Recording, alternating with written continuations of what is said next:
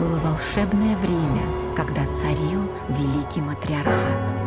Женщины нашего северного клана правили в отсутствии мужчин и жили в ожидании их, сильных и любимых.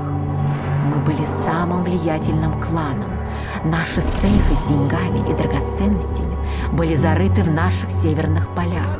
Мы покупали самолеты. Мы готовились к блестящей свадьбе моего сына-наследника. У нашего клана был лишний час, 13-й или 25-й, и все члены нашей семьи жили на час больше в сутках, чем все остальные люди. Мы были всесильны. У всех есть карандаши, записки, желания. Наши желания всегда исполнялись, и в один миг все изменилось. И начался хаос. Чтобы ты, Бенедикт, любил меня одну. До гроба и после гроба.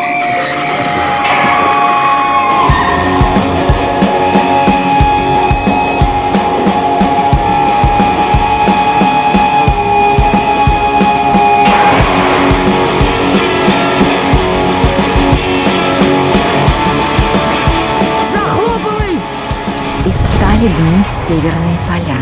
Власть переходила от одного к другому, сея война и болезни. Меня никто никогда не любил, я никого никогда не любил.